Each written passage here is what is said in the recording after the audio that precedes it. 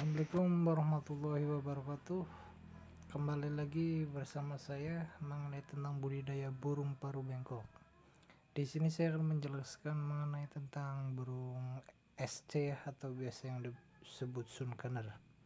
Jadi sunkaner itu kalau seumpama mau produk atau bisa dikatakan mating, ya kan? Untuk bahasa lebih familiarnya kawin. Itu beda dari seperti burung yang lainnya.